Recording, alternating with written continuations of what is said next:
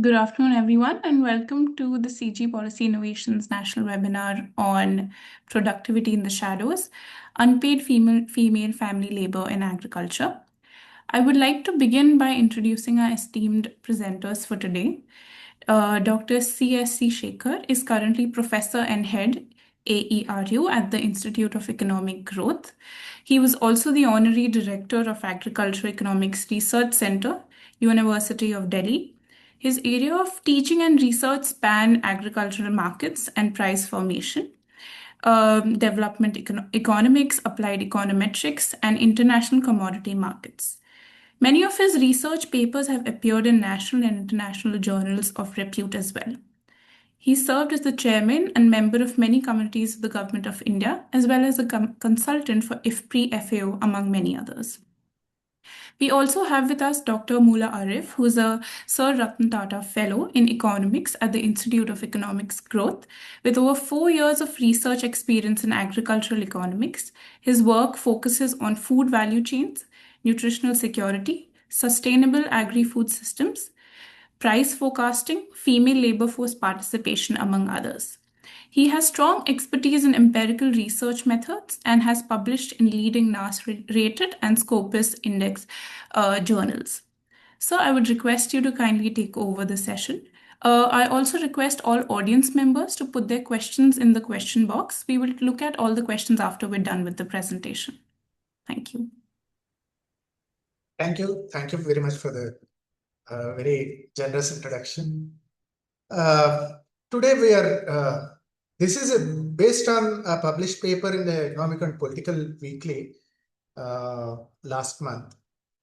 Basically, this looks at the contribution of female family labor to agricultural productivity and also household consumption. So after motivating the study, actually the existing literature is briefly discussed and followed by data and empirical strategy, results, and key takeaways.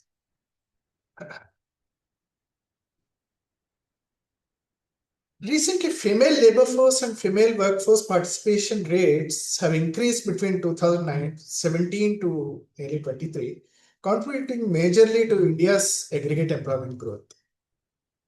These increases, these increases in female workers' employment have occurred mainly in agriculture. So between 2019 and 2022, employment of rural males in agriculture fell by about 13.3 million, and female employment in agriculture increased by 22 million, as per official data. And about these developments, there is one view that recent surge in female employment is primarily caused by economic distress among rural households. And it has also been claimed that the increase in the share of unpaid family workers reflects the economy's inability to generate enough productive and remunerative jobs. And whatever employment that we see of unpaid female workers signifies disguised unemployment.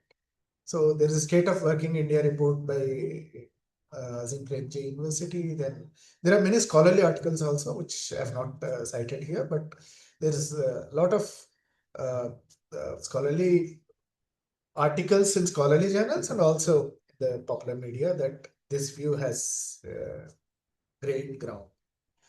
So the ongoing feminization of agriculture thus provides a relevant context for examining women's contribution to farm production or productivity in a more nuanced way.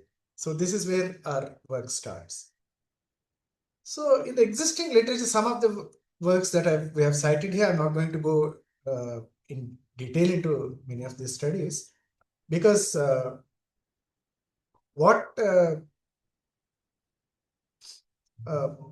most of these studies actually look at the determinants of women's entry into paid labor or the labor market for wages. And there is one study right at the top by Golder and Agarwal, which is appeared as a IEG working paper, and it is shortly going to be published in a journal. What it basically says is that unpaid female workers are as productive as paid workers. This is something that we will see later in our own presentation. Actually, we also try to examine this very particular, very aspect. And these are some of the studies which actually look at women's entry into labor market, particularly the paid labor market, and what are the determinants. And one of the main determinants that some of the studies have highlighted are age and education, marital status, household size, income level, presence of children, and so on. Now, what are the research questions that we're trying to address through this study? So, given that women's participation in paid labor market is largely endogenous, as per the literature, there are so many determinants. So, what are the main determinants of this paid labor market? And in a counterfactual scenario, that is, if women do not participate in the paid labor market, and this, if instead they choose to remain on farm doing unpaid family labor, then what is the impact of unpaid family labor on agricultural productivity and household consumption? This is the main question. The second one is the main issue that we are examining in this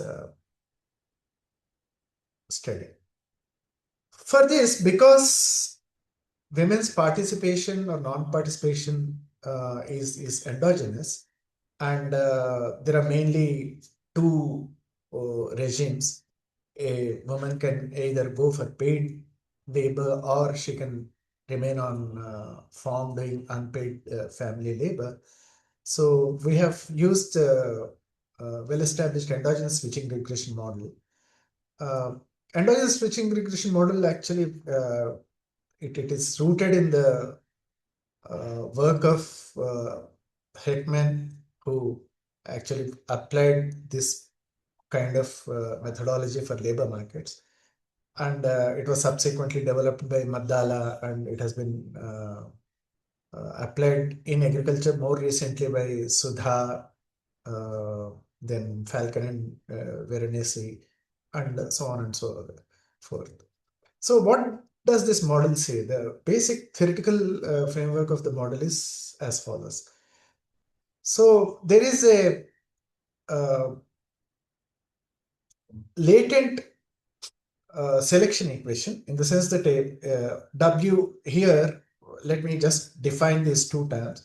WoUFFHH, that is basically without unpaid family female households. That is households. So our unit of analysis is at the household level. So a household which has no female labor who is unpaid, that is all the women are going out into the labor market for wages. That is without unpaid female family household. So that is a main thing. So this is these households are typically, the determinants of such households are various aspects like age, education, and so on and so forth. So there is a selection equation. So this WoUFFHH star is the latent equation, which takes the value 1, that is, a household will be without any unpaid female family labor if this is greater than 0, and a household will be with, and that is basically there will be some women who actually work on the farm. So that is this control group. And so equations 2 and 3 are the outcome equations. Suppose a household is without unpaid family labor, that is all the women are going out into the, then what is their outcome equation? Outcome is measured in terms of agricultural income and also consumption, household consumption. So this outcome variable of these two regimes, that is a WoUFFHH and also which takes 1 and 0. These two regimes are given by the equations 2 and 3. These are the outcome equations. So if you fall in the first regime, the equation 2 is your outcome equation, which depends on a vector of x's, various vectors, which we'll see a little later in our presentation. What are these x's? And then if you fall into the other control group, then this equation 3 is the outcome equation. And here the assumptions are that the errors of the equation 1, the selection equation, and these outcome equations, they are the variance covariance matrix is given by this, and these three errors actually follow a trivariate normal distribution with mean 0 and a covariance matrix given by this.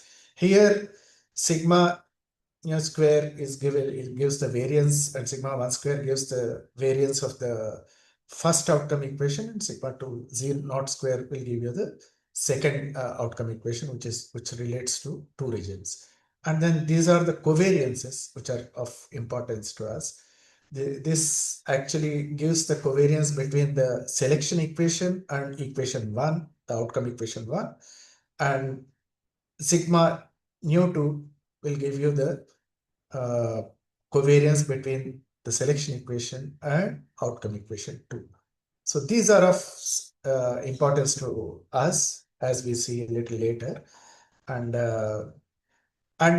the covariance between these two equations is not defined for the simple reason that a household can be in regime 1 or regime 2 at any given point of time, but it cannot be in both the regimes. So sigma 1, 2 is not defined.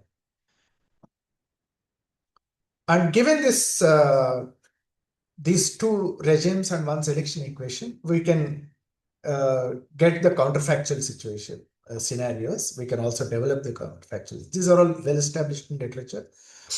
And the first one is basically the outcome, expected value of Y outcome when the household is in the treatment group. And the second one is the expected value. This is the expected value of the outcome when the household in the control group.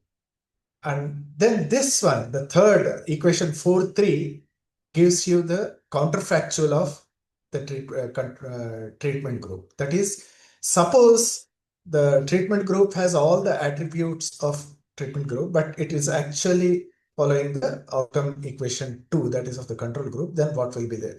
Which is basically means that if had it not received the treatment, what would have been its outcome? That is a counterfactual for the treatment group. Similarly, the counterfactual for the control group is given by 4.4, which is basically that if had the household not been in the control group, but instead been in the treatment group, what would have been its outcome? So average treatment of the treated is given by this difference between these two equations, that is 1 and 3. Okay.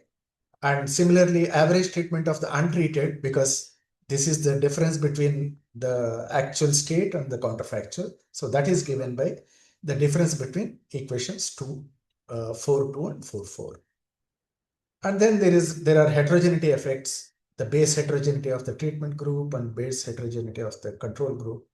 And finally, the transition heterogeneity, which are given by these respective equations, and which are basically the differences between. So base heterogeneity of the treatment group is given by this one. Okay. So between these two, the difference between these two is given by the BH1, and BH0 is given by the equation difference between equations 4.3 and 4.4.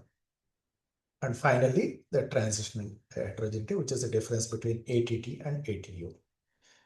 So here, as I've already mentioned, this is the covariance term between selection equation and outcome equation 1. And lambda 1 is the inverse Mills ratio of the selection equation. So this is the basic theoretical framework. And now I request my colleague, Dr. Areef, to present the results. Sit here.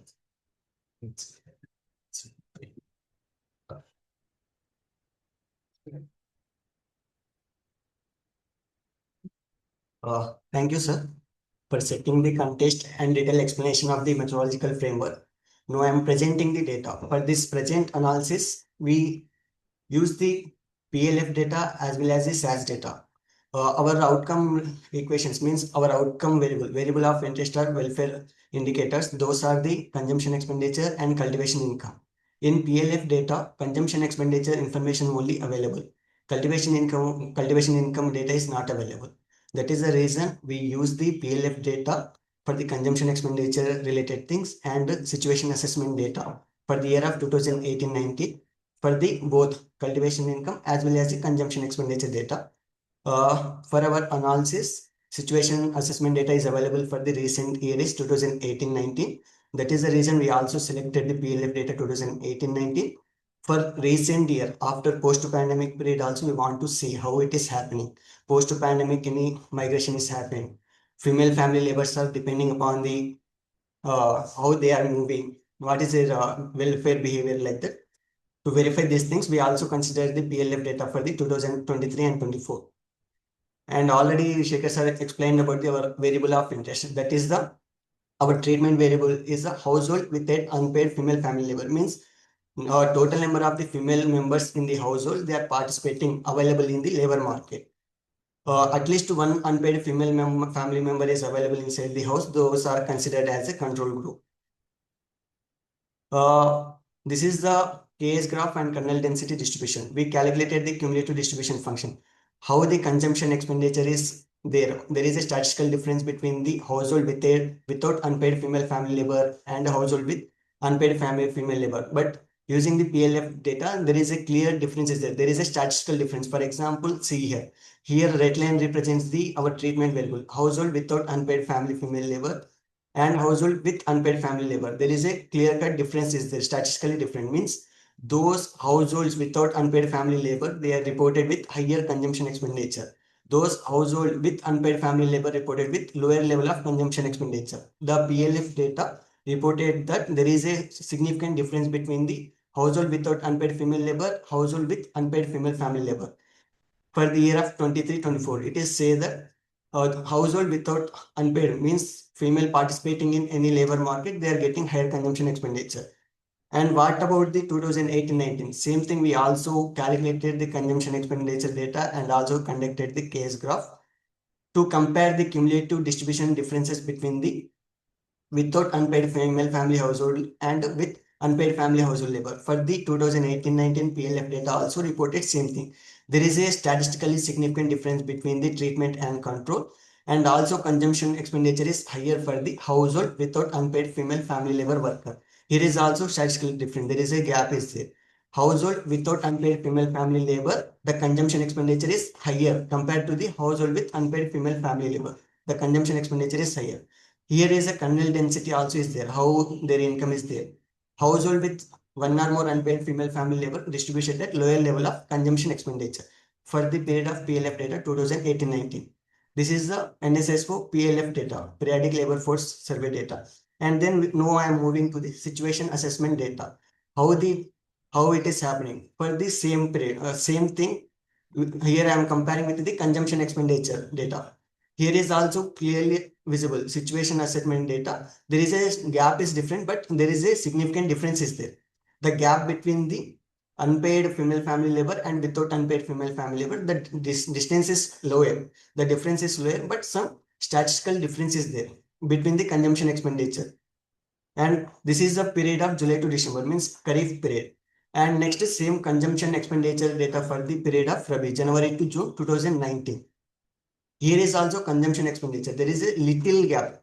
Negligible difference is there. But here is also household without unpaid female family labor reported higher level of consumption expenditure.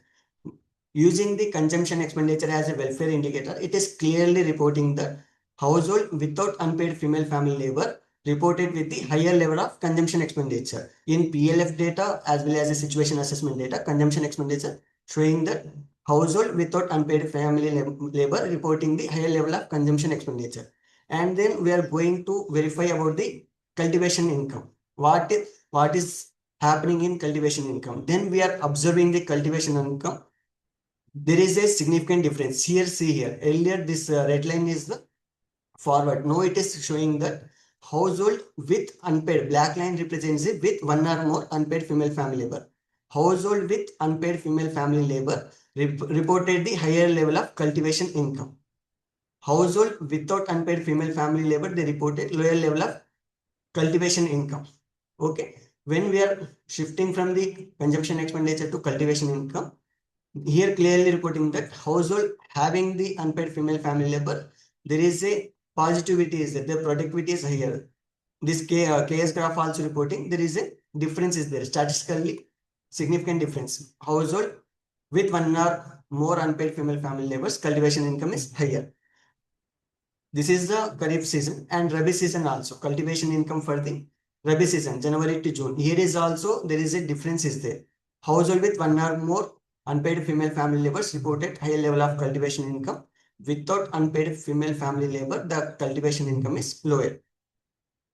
And this is from the cumulative distribution and kernel density distribution figures reporting.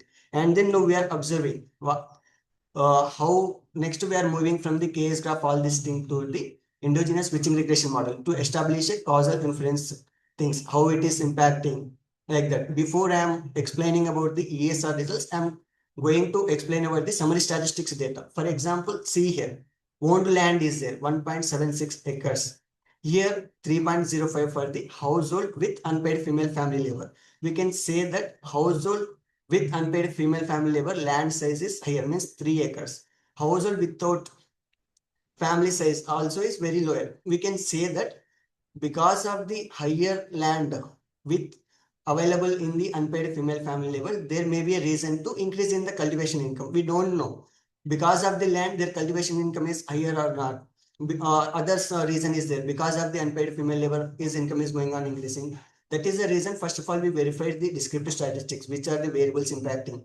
For example, see here, owned land. And then also we can observe village level of female labor participation. Here is 88%.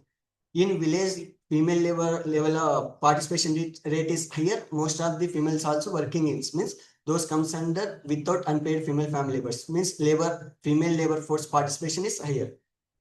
And then I'm directly going to the endogenous switching regression results. This is the ESR estimates for the cultivation income. Here is the earlier also ESR model have 3 equations. First one is the selection equations. This is the resume 1 outcome equation. This is resume 2 outcome equation. Here we included so many control variable, but here I am reporting the only significant results. Those are how they are impacting, how it is there. The selection equation estimates means this coefficient values indicate how this factor are associated with the probability to be staying in the household without unpaid female family labor. Means clearly reporting that education is the positively influencing, means household head of the household education is important. Those have the higher level of, means higher secondary education and above, there may be females labor participation is higher. Same like that, some other factors also available. This is a selection equation estimation. I'm not explaining detail about other coefficient, but here I'm explaining about outcome equation resumes. Here, see here, both are positive. We can say that irrespective of their staying in resume, means they are staying in the treatment group or control group, education positively impacting their cultivation income. Okay, cultivation income for the unpaid without unpaid female family labor household. This is a cultivation income for the household with unpaid female family labor. This is this way we are interpreting. This is things based upon the sense we are interpreting how it is happening. What about the resume specific outcome? This is related to the cultivation income. This is the coefficient values. Our village level female labor force participation is the instrumental variable. It is clearly saying that village level labor force participation is positively associated with to be inside in the treatment group. And then sigma 1 and sigma 0, these are the represents the heterogeneity among the resume 1 and resume 2. How the heterogeneous variation is happening in two resume. This is a significantly high. The heterogeneous is very high. And then rho values represents the correlation coefficient between the error term of the selection equation and error term of the outcome resume. Here is the rho 1 is a positively significant. It is negatively significant and positive and non-significant. Based upon the rho 1 significant value, I am interpreting the results. As per the Fugli 1995 paper, they clearly reported that Row 1 is negatively significant and row 0 is positive, significant, non-significant. Based upon the recent literature, without considering the significant and non-significant, they consider the signs negative and positive. Here is first one is a negative, second one is a positive. That situation we say that there is a comparative advantage is there. The row values mainly used for the to assessment of the sorting pattern, how they are dividing, why they are coming under the treatment group, why they are coming under the control group, to assess the sorting of the sorting pattern. Here is negative and positive. That means there is a comparative advantage.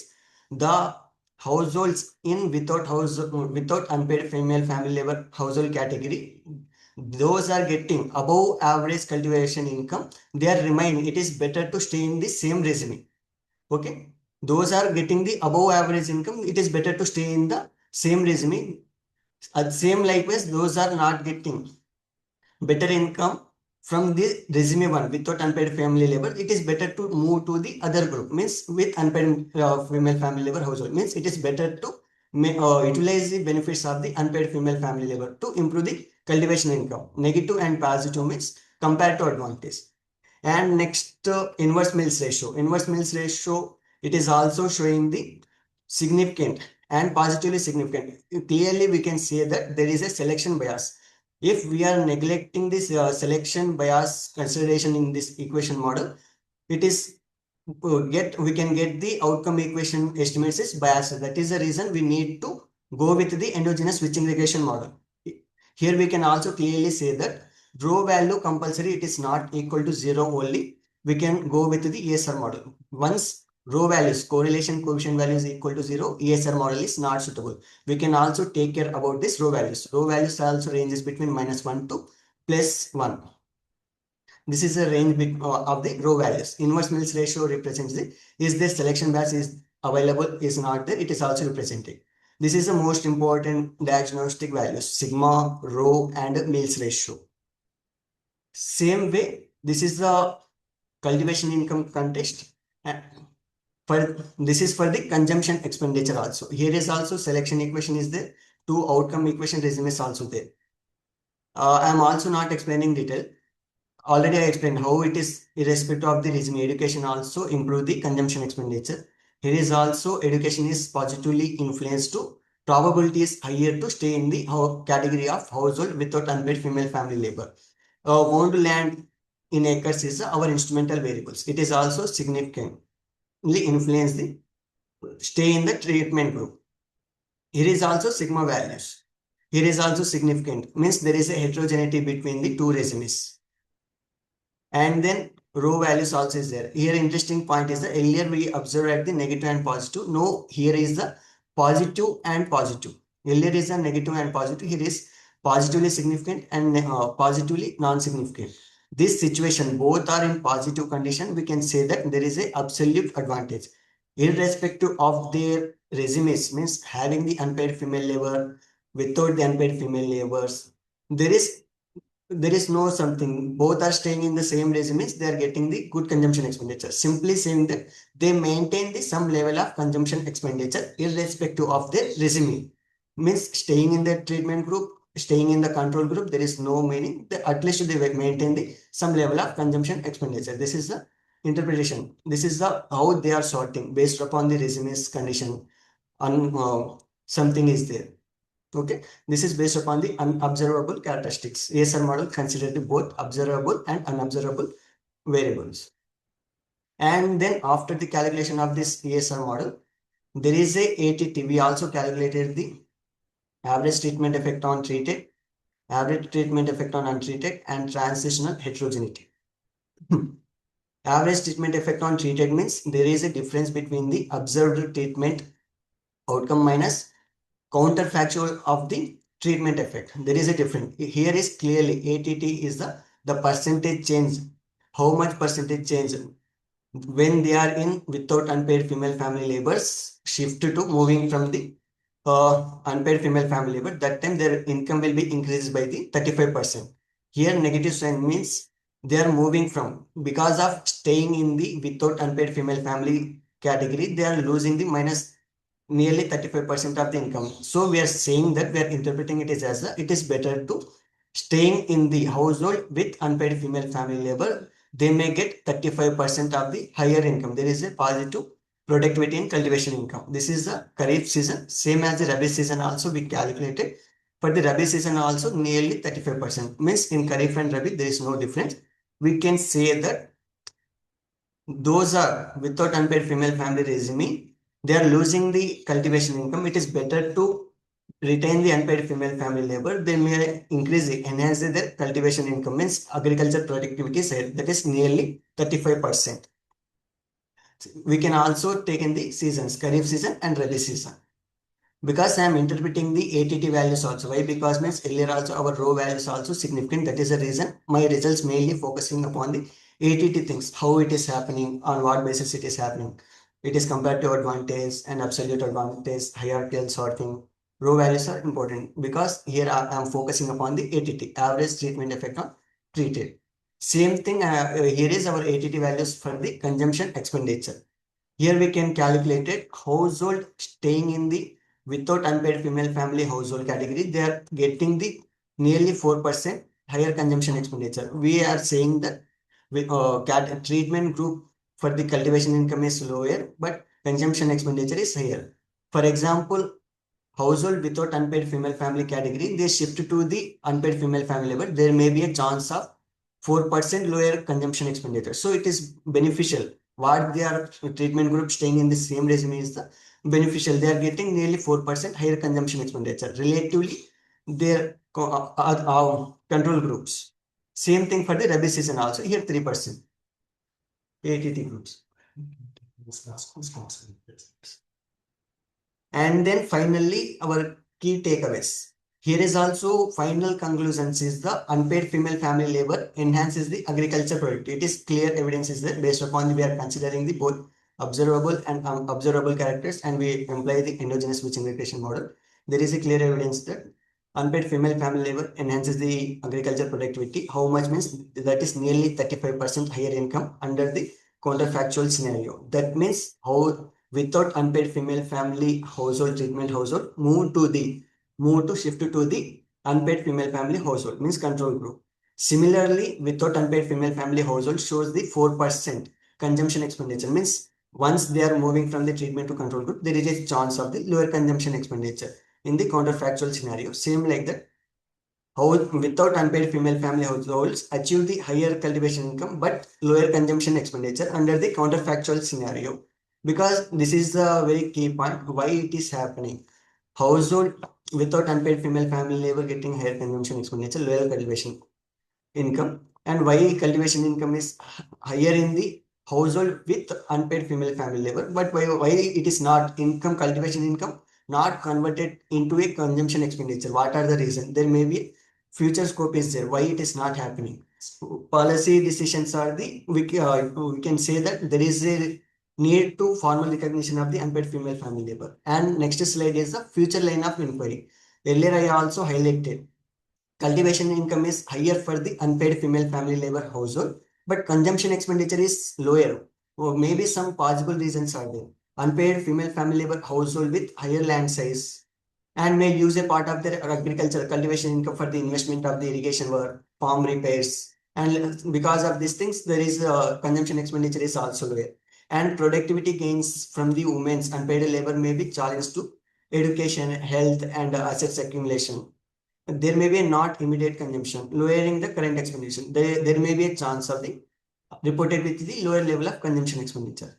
Household dependent on the female labor, maintain the buffer stocks, means whatever they harvested, they keep for the consumption purposes, safety purposes, precautionary purpose. There may be a reason, there is a reduced observed consumption expenditure. And unpaid female family labor household often remains a reasonable share of the harvest household consumption, which is under-recorded. Means observed maybe reported consumption expenditure is underrated than the actual consumption expenditure. And next, higher indebtedness and loan servicing may divert the income away from the current consumption, producing lower observed consumption despite the higher cultivation income indebtedness. Because This is the reason lower level of consumption expenditure reported. And finally is the NSS for SAS and PLF data may not capture the self-produced and in-kind consumption expenditure produced. Maybe there is a data collection gap is also. That is the reason higher cultivation income still they reported with the lower level of consumption expenditure. There may be a scope why it is happening, how transitional channels are forming from cultivation income to consumption expenditure, how it is moving. There is a future scope is here. Thank you.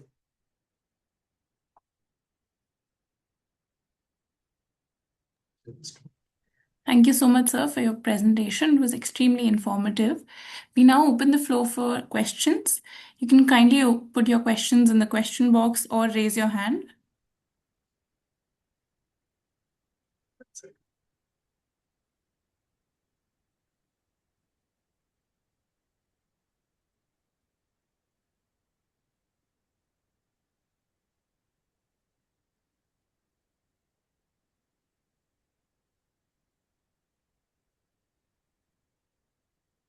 Kindly leave your questions in the Q&A box or raise your hand and we will address them.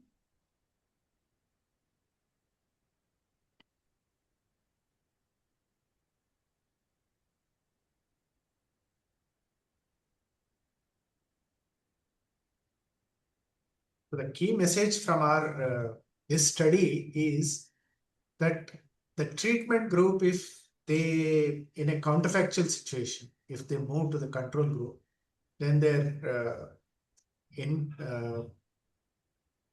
the income, agricultural productivity would have risen by 35%. In fact, they would have, without unpaid family labor, that's the treatment group, if households move from treatment to control group, their income would improve. That is basically, if unpaid, there are women who actually withdraw from the labor force and start tending to their own farms and agricultural activities, probably their income would have been higher by 35%. And at the same time, their consumption perhaps would have been lower. The consumption would have been lower because of the various reasons that I mentioned in the last slide, which is basically the most of the improvements in productivity are channeled into investment, saving, and other such long-term growth-related activities rather than into immediate current consumption. So the households with where women actually stay back and do their own household agricultural work and engage in unpaid family labor, there the households actually realize higher incomes, but slightly lower consumption, at 4% lower consumption. But that's mainly because they're investing and they're not using that improvements in productivity for immediate consumption needs. So this is the main message that we want to focus. Other determinants are more or less in keeping with what is the intuitive logic, in the sense that age, education, all those determinants of getting into one group or the other and the outcome equation, they are all more or less straightforward. But the main contribution is in this aspect. How much would have their income and consumption varied had they not opted for a particular treatment or the control group? Yeah, with that I'll stop. So we have one raised hand. Please go ahead, Anil Kumar, and you can unmute yourself and ask your question or your comment. Thank you. It was a very interesting study. My just one observation is that the PLFS and other data sources do not fully capture the work that women do in agriculture. I just wanted to know whether this team is interested in looking into the time use study, which quantifies the time the women devote into agriculture, and supplementing this study with time use study, the time devoted by women would make another wonderful policy implications. But as of it today, as of the presentation, this is a wonderful study which gives a lot of policy implications in the gender discourse. Thank you. Thank you very much for that suggestion. Probably we forgot to mention this point. Yeah, our study mainly, some of the studies in the literature have mainly used PLFS data. And PLFS data doesn't really capture the aspects related to agricultural income. So that's why we have tried to improve upon that and try to look at agricultural households using the situational assessment survey data. And that has given clearer insights. But your point is well taken. Yes, the time use survey will give us better idea about how the women are devoting their time across various activities. Yeah, that will be the actually it will be a very good research project for future. So we have another question observation in the Q&A box. I'm wondering if you have checked sub-national trends and if you expect results to vary for different states/regions based on local labor markets, availability of reliable hired labor, and viable outside employment options for women. You want to take this first? Yes, we included. This is rural household. No, she has asked some other questions. Sorry, this is the question. Have we included work related to The first one, I'm wondering if you have checked sub-national trends and if you expect results to vary for different states/regions. different states?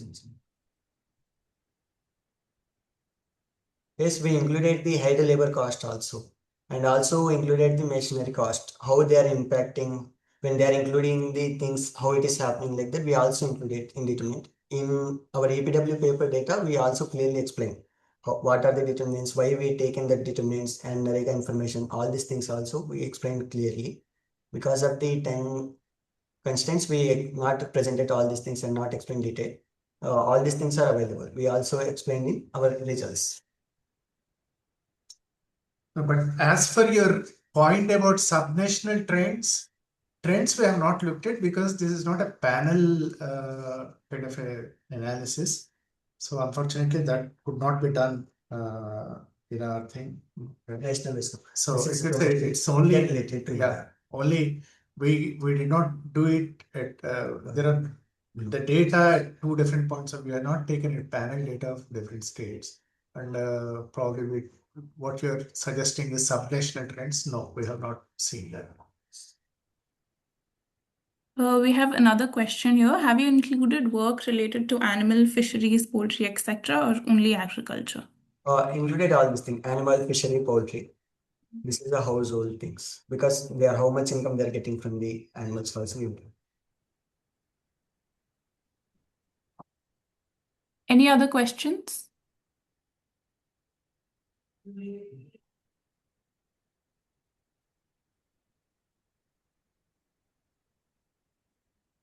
So it looks like we don't have any questions for now.